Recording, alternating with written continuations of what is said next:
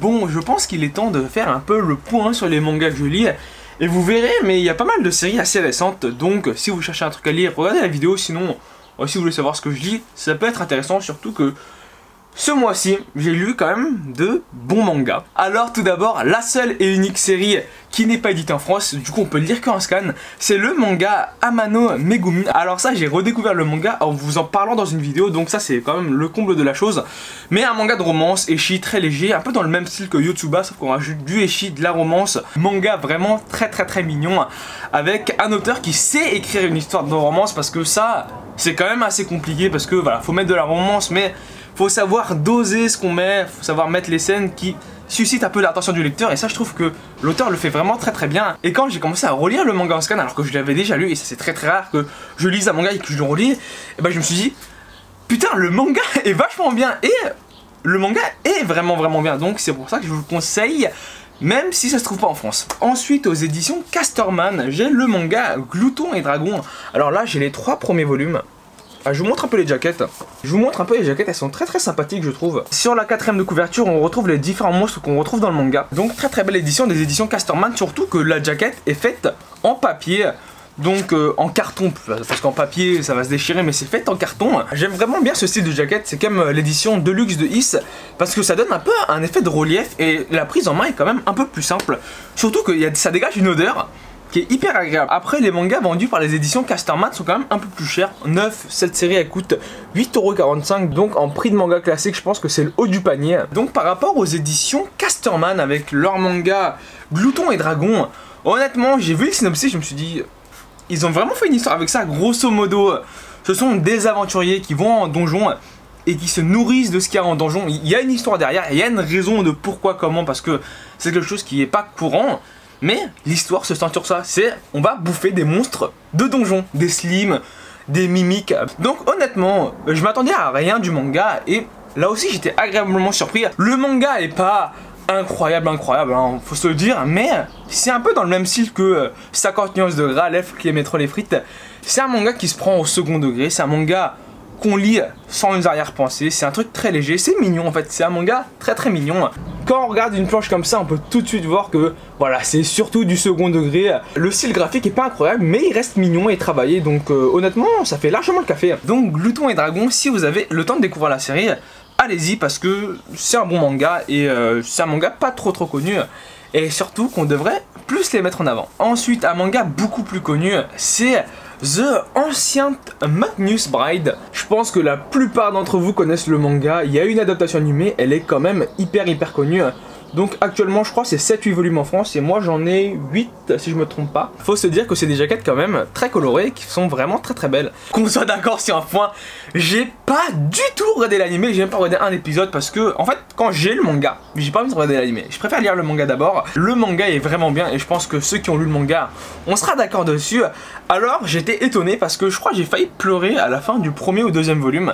Parce que, alors c'était pas une scène spécialement triste, mais je trouve que c'était hyper bien raconté. Et ça montre sans doute à quel point le manga est bon parce que déjà j'ai jamais pleuré devant un manga et je pense que c'est pas près d'arriver parce que bon j'ai déjà pleuré devant des films ou des animés, devant des mangas c'est jamais arrivé. Et en fait si vous regardez des mangas ou des animés peu importe où il y a une touche sentimentale, on va prendre des exemples Code Geass, Anohana, Your Line April ou encore Angel Beat, je pense que voilà vous connaissez forcément une des 4 séries. Et bah la scène triste elle arrive toujours à la fin parce que t'as le temps de développer des choses et c'est le fait que les personnages ont un vrai background qui permet d'arriver à une scène triste. Et pour le manga The Ancient Magnus Bride, et bah j'ai été étonné parce que j'avais pas encore eu le temps de m'attacher au personnage principal que j'étais déjà attristé par l'histoire qu'elle raconte. Donc un manga vraiment très bien écrit. Et j'ai une petite remarque à faire, mais bon c'est vraiment du chipotage et c'est pas très important. On nous présente dans le manga un monde magique, féerique, avec plein de sorcellerie et le manga respecte ça, ils arrivent à créer un vrai univers, ils arrivent à justifier des choses et c'est vraiment très beau. Sauf que le petit hic que je trouve, et voilà, c'est vraiment un tout petit détail, mais on nous dit que le mec là, il est hyper chaud dans la magie de destruction. Ça veut dire concrètement, s'il est pas content, bah il casse la gueule. Et le truc c'est que dans le manga, t'as quand même un peu d'action. Et je trouve pas le personnage masculin, bah, je sais pas s'il est masculin, mais le monstre si fort que ça, parce qu'en fait il utilise, alors actuellement j'ai lu que les 3 premiers volumes, mais il a jamais utilisé de magie alors que c'est censé être un magicien. Donc je trouve ça assez bizarre. Alors c'est tout l'inverse du manga, plus de l'anime Kenjo Mago, où t'as le gosse qui utilise tout le temps ses pouvoirs. Mais voilà, j'étais un peu déçu. J'ai pas été déçu, mais je m'attendais quand même à ce qu'il y ait de la baston avec de la magie. Mais en fait, je crois que la seule scène de combat, c'est le mec qui se transforme en monstre, et puis t'as un mec qui sort son revolver. Bon, c'est pas vraiment de la magie, ou du moins pas ce que j'attends de voir de la magie. Donc très bon manga, et le petit point, genre la magie d'action. Sinon, sur le trait graphique du manga, je vous laisse voir par vous-même. Mais moi, j'ai rien à redire dessus. J'étais quand même assez étonné de voir la quantité de détails que met l'auteur sur chaque page. Alors j'ai ensuite lu les 10 premiers volumes du manga Nisekoi. Donc Nisekoi, il y a 2 saisons d'animé. J'avais regardé les 2 saisons d'animé. En fait, c'est un des rares mangas où j'ai terminé l'animé et ça m'a vraiment donné envie de lire le manga. Donc j'ai acheté le manga ensuite. Non mais vraiment sans blague, c'est vraiment pour ça que j'ai acheté le manga, c'est parce que j'avais kiffé l'animé et que j'ai ensuite décidé d'acheter le manga. Donc quoi dire sur le manga Nisekoi? J'aime vraiment beaucoup de manga. C'est un manga qui je pense rentre dans mes critères de... Alors il n'y a pas d'echi, mais il y a de la romance, c'est mignon. Et il y a une histoire qui est bien écrite, une histoire qui a un fil conducteur, et ça c'est quand même important parce que il y a plein de mangas de romance qui n'ont pas spécialement de fil conducteur. Après, voilà, c'est pas spécialement gênant. Mais bon, là, il y a un fil conducteur qui est vraiment bien marqué. Je pense que la comparaison la plus simple, ce serait... Alors, même si c'est pas... Je pense pas bon de dire ça, c'est... To Love Ru, t'enlèves le côté ecchi et ça donne Nisekoi. Et tu rajoutes un peu ce côté très très mignon, très très gnangnan. Voilà, c'est à peu près ça. Et c'est sans doute pour ça que j'aime bien le manga, parce que c'est léger. On se prend pas la tête à lire le manga. Et honnêtement, c'est quand même hyper intéressant.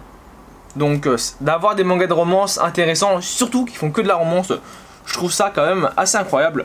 Donc Nisekoi, j'ai actuellement lu les 10 premiers volumes et j'ai les 25, donc il faut que j'avance un peu dans tout ça, mais là ça doit faire 2 semaines que j'ai pas continué. Donc c'est possible que je m'arrête ici et que je reprenne dans 2-3 ans. Là aussi je vous montre le dessin, mais vous pouvez voir que c'est pas si bien que ça. Mais ça suffit largement pour ce que le manga veut raconter. Et le dessin, alors là aussi c'est un bon point, ça s'améliore quand même pas mal au cours des volumes. Après il y a 25 volumes, donc heureusement qu'il s'améliore. Alors le fameux manga où il y a tout le temps un abonné qui me demande: ouais, est-ce que tu l'as lu, qu'est-ce que t'en penses? C'est le manga Love X Dilemma. J'ai actuellement les 10 premiers volumes dans ma collection et j'en ai lu les 5 premiers. Ça, je suis vraiment étonnamment surpris de la série, parce que j'avais déjà découvert un peu le truc en scan, mais j'avais vraiment pas attaché. Et quand je le lis en manga papier, et quand voilà, je m'étais arrêté aux 10 premières pages, là quand je le lis, honnêtement, le manga est juste excellentissime, parce que l'histoire est quand même vraiment farfelue. Grosso modo, c'est le personnage principal qui tombe amoureux de sa prof, et qui finalement fait l'amour avec sa petite sœur, la petite sœur de la prof dont il est amoureux, et finalement t'apprends que son père se remarie et que les 2 filles, la prof et sa petite sœur, deviennent ses belles sœurs. Et après il y a une relation entre lui, la petite sœur de sa prof, du coup sa belle sœur, mais sa petite belle sœur, et sa prof qui devient sa grande belle sœur. Voilà, le résumé assez simplifié du manga. Et honnêtement, je pensais pas que j'aurais autant attaché au truc. Donc un succès tout à fait mérité. Alors je sais pas si ça se vend en France, j'espère que ça se vend bien parce que le manga est excellentissime. Au Japon, je pense que ça se vend bien et je crois qu'il y a 21 volumes.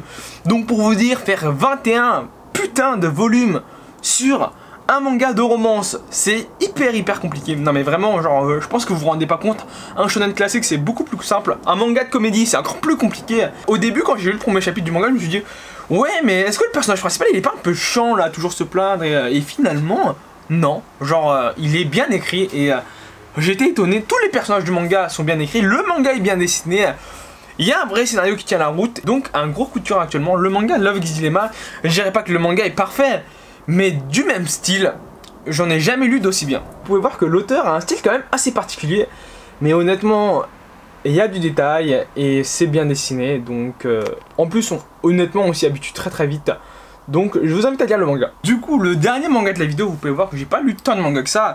Mais honnêtement, quand je lis des mangas papier, je prends beaucoup plus de temps à regarder chaque petit détail. Donc généralement quand je lis un tome, ça me prend 45 minutes, 1 heure, donc c'est quand même énorme. C'est le manga Lesson of Evil. Là du coup j'ai lu les 4 premiers volumes. Voilà, c'est un manga qui parle de psychopathe qui tue ses élèves. Pour résumer le manga, c'est ça, c'est un psychopathe qui tue ses élèves. Et il y a une raison derrière, mais la raison, je trouve qu'elle pue un peu du cul. Donc je pense que c'est un manga qui est tout de même assez bien écrit. Après, je vous cache pas, moi je trouve ça tiré par les cheveux parce que le mec, il a tué, je crois, 5 élèves dans son ancien lycée, il s'est pas fait griller et maintenant il change de lycée, il en tue. Actuellement, je crois qu'il en a tué 3 autres, je me suis dit, Ouais. Bon, à un moment, la police au Japon, elle fait quoi? Mais je vous spoil quasiment rien là. À un moment, il dit, bah moi je tue les gens parce que c'est plus simple pour résoudre les problèmes. Je me suis dit, ah ouais, la justification, c'est quand même un niveau godlike là. Je vous montre les dessins, j'aime bien, il y a un niveau, mais honnêtement, c'est pas exceptionnel non plus. Donc ça doit être la série la plus courte de tous ceux que je vous ai présentés parce que, à part Naruto et Dragon, mais ça c'est toujours en cours. Après Nisekoi, c'est 25 volumes. Love X Dilemma, c'est 21 volumes au Japon. Et The Ancient Magnus Braid, c'est un succès quand même assez incroyable, je pense, au Japon. Et surtout l'animé qui a relancé le truc. Donc, je pense qu'il y a la capacité à faire pas mal de volumes encore. Donc là, je pense que c'est le truc le plus court. Après, encore heureux que ça soit court parce que, genre, à un moment, dès que tu commences à tuer tes élèves, bah t'as pas 50 000 tomes devant toi. Donc si vous aimez bien les mangas de thriller avec des personnages quand même assez atypiques et assez psychologiques, je pense que ça peut être intéressant pour vous. La vidéo se termine ici, j'espère qu'elle t'a plu. Si c'est le cas, n'hésite pas à t'abonner, n'hésite pas à laisser un pouce bleu. Je te dis à la prochaine vidéo.